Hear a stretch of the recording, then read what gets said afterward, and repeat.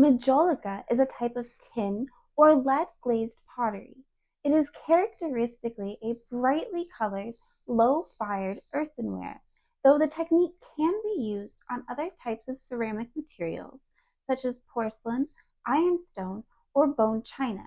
The pieces are either thrown on a potter's wheel or formed by slip mold, though very occasionally they're also formed by hand. Lead glazed majolica is painted on an unglazed body that has already been fired, while tin glazed majolica is painted on an already fired body that has then been coated in an unfired glazed material. The tin majolica is then fired again at a lower temperature in order to fuse the glaze and the pigment. Lead glazed majolica is often hard wearing, with vibrant translucent glazes and molded surfaces. Tin glazed majolica is typically flat surfaced with an opaque white glaze and fine brush painted decorations. Tin glazed majolica is the original form used in Spain, Italy, and France, as well as Mexico under the Talavera style, though it was also used by Mintons from around 1848 to 1880. From that period on, lead glazed majolica was then more popularly produced throughout Britain, the rest of Europe, and the US. The first pieces of majolica pottery, then known as Majolica, were produced in the early 15th century on the Spanish island of Majorca. A little while later, the tin-glazed earthenware started being produced in Italy and France, where it was known as Faenza and Faience respectively, named after the Italian city of Faenza, which was famous for its pottery. Faenza pottery was a tin-glazed earthenware that was being produced in the city of Faenza in the Emilia district of Italy during the mid-15th century. Fun fact, by the mid-16th century, due to the Spanish conquest of the Aztec Empire, the tin-glazed earthenwares had actually begun to be produced in the Valley of Mexico as early as 1540. Though at first it was made in imitation of the tin-glazed pottery that was being imported from Seville, it eventually took on the local styles and color palettes in order to form its own unique style. This Mexican Majolica is known famously as Talavera. The French word faience is another term commonly used to refer to tin-glazed earthenwares, though this term is most commonly used when referencing pieces produced between the late 16th century and the end of the 18th century, when the English form of Majolica took prominence. Germany, Spain, and Scandinavia were among the countries that used the term faience to refer to their tin-glazed earthenwares, while terms like palissyware and delftware were also popular in the UK and Netherlands. Faience is also known in France as barbotine, a generic term in France that encompasses all forms of Majolica and faience, or really any type of ceramic technique that uses applied decoration in the forming of the product. The faience technique also began to see the use of slip molds to form the pieces in 1745, when the technique was reinvented in England, though this was not common practice, and it didn't really take off until the reformation of the Majolica production slightly later on. This Majolica reformation occurred in the 19th century, when artisans at Minton's Company in England began creating a variation of Majolica pottery using colors, styles, and techniques that are widely recognized today.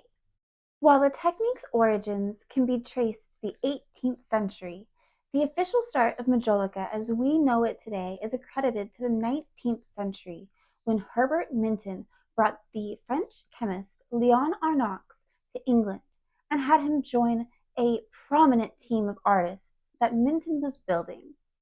Arnoux' previous work with the sumptuous porcelain glazes of Sèvres, combined with the techniques of lead glaze work that were already in use in Staffordshire pottery, introduced the ability to produce a whole new range of colors and styles. Minton formally introduced the new wares at the Crystal Palace exhibition in 1851, earning him, his team, and his company a place in history for the launch of the new technique. Minton's Majolica was a sensation at the 1851 exhibition, and the company became the leading manufacturer of the style, with notable clientele including the royal family. However, when Minton's patent expired 10 years later, other companies started edging into the market, with first Wedgwood beginning to produce Majolica and then other manufacturers joining in soon after.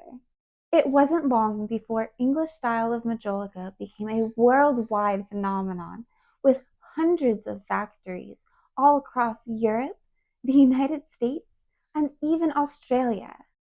English Majolica style has always followed the trends of the day, from the early days of the classical Italian Renaissance style to the gorgeous Gothic styles, to the naturalistic style, with its specific side category related to the English garden style, to the chinoiserie styles, influenced by the booming new trade with the East, and even Egyptian styles after Petrie's excavations. Minton's influence on the world of ceramics remains undeniable. The innovation and artistry that defined Minton's Majolica set new standards for ceramic production and design, and it has continued to inspire many generations of artists and collectors. Much of the Majolica production worldwide was derivative of the English designs at the time, but not all. High-quality Majolica was produced throughout Europe, with the different countries developing their own unique color and style palettes that were best suited to their own national temperaments. There are several examples of this. French Majolica was known for its deeper shades, with hues of red and vivid blues, teals, and gorgeous pinks. Asparagus and artichoke wares, as a Majolica style, were considered a French specialty, as the vegetables were luxurious delicacies in 19th century France. Germany's Majolica often features folk art styles and the use of coral or salmon pinks and forest greens. Sweden's Majolica often featured the use of Scandinavian symbols and various animals in their motifs. Czechoslovakia's Majolica often featured the use of both deep and vibrant greens, with hints of light pinks. Majolica's ever-evolving production techniques and artistic aesthetics have allowed it to remain a beloved ceramic style across many cultures, countries, and generations. Fun fact: another distinctive offshoot or specialization of Majolica is the style of Palissy Majolica. It's an ultra-naturalistic type of Majolica characterized by its three-dimensional modeled fish, amphibians, or insects on grassy or aquatic backgrounds. Bernard Palissy first produced the Palissy style in 1548. For the first time in recorded history, molds were being taken from actual specimens. He used colored glazes that were specially formulated to fuse onto an earthenware body during the firing. These innovations were game-changing across the industry. These techniques were used by many different manufacturers, though the specific stylization of Palissy did fade in popularity for a time before being revived. First, in France, around 1843, with centers around Paris and Tours, and then again slightly later in 1880 in Portugal, centered around the town of Caldas de Reina. Palissy Majolica is certainly distinctive looking.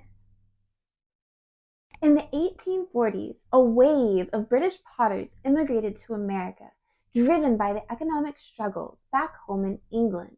They were drawn by the promise of better working conditions, better pay, and the idealistic vision of America as a land of opportunity. These skilled artisans, with their extensive training and expertise in pottery production, played a key role in the foundation of the American pottery industry. The first consolidation of the American pottery industry occurred in 1850 in East Liverpool, Ohio, where the natural resources made for an ideal setting for ceramic production. There were large deposits of clay that was suitable for ceramic production, most especially the yellow-bodied earthenware known as yellowware. Plus, there was easily mined coal deposits nearby that was perfect for firing the kilns. And then its location on the Ohio River provided an easy and ready means to transport the finished goods. Trenton, New Jersey's development as a ceramic manufacturing center began about a decade later in the 1850s, with the area having many of the same sought-after features and resources. However, the white-bodied earthenwares or whitewares that dominated the early Trenton ceramic production initially gave the New Jersey companies a commercial edge. Although American Majolica had been being produced by the migrant English potters since the early 1840s, it didn't truly find its prominence until the late 1870s at the American Centennial in Philadelphia in 1876. After Minton's striking display of Majolica, as well as an extensive display of Japanese decorative fine art, American potters began to realize the potential of Majolica, leading to a rise in its production. For example, George Morley of East Liverpool, Ohio, produced upright gurgling fish, owls, and parrots, closely resembling English pitchers with similar motifs.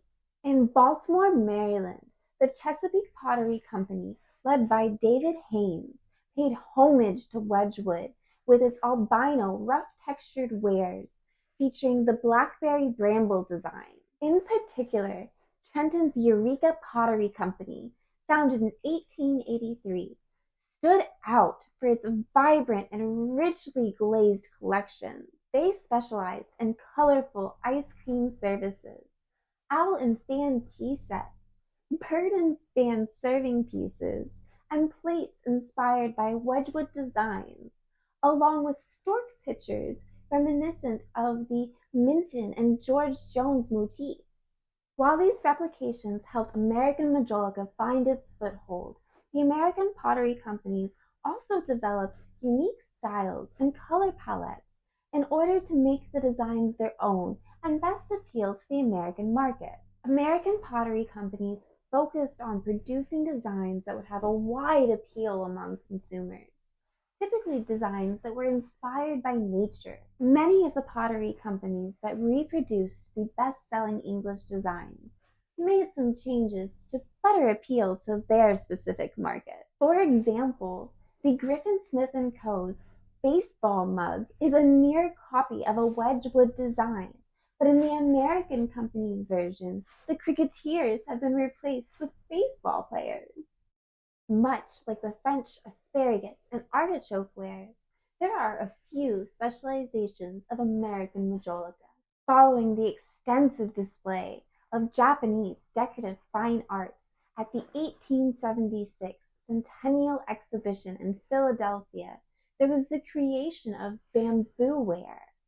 A naturalistic style patterned after bamboo, it often featured a bamboo-like texture on the exterior, an Asian aesthetic style decoration. Bamboo wares commonly used three-dimensional relief work, similar to that of the Palissy wares, but in a different style. Griffin Smith & Co., perhaps the most prominent American company, was not only well known for their bamboo wares, they also had a style called shell wares, after their pattern shell and seaweed. It featured naturalistic scallop shells in various combinations, accented with seaweed, coral, whelks, and other small shells. This pattern's success in the 1880s is credited with the true blossoming of American Majolica. They produced this pattern on a larger variety of items than any of their other patterns by far. In addition to a complete dinner service, the pattern decorated things like tea and coffee items, large trays and pitchers, a humidor, a cuspidor, butter dishes, and so much more. Fun fact, the Griffin Smith and Company had a special name for their Majolica lines, which is some of the most collectible of all American Majolica. Etruscan Majolica is a type of pottery made by the Griffin Smith and Company, specifically in their factory in Phoenixville, Pennsylvania, from 1880 to 1890. It is almost always marked with one of the two variants of their special crest, in addition to one of the 6 variants of their company's mark. It's a soft clay pottery characterized by raised patterns and bright glazes that depicts natural elements such as birds and flowers, shells and leaves. The name Etruscan mirrored Wedgwood's use of Etruria and reflected the archaeological discoveries of fine pottery around Rome. Their famous shell and seaweed pattern was a part of this line. While considered a more rustic style of Majolica, each of their hand-painted pieces was just stunning, as was so much of the Majolica we've taken a look at.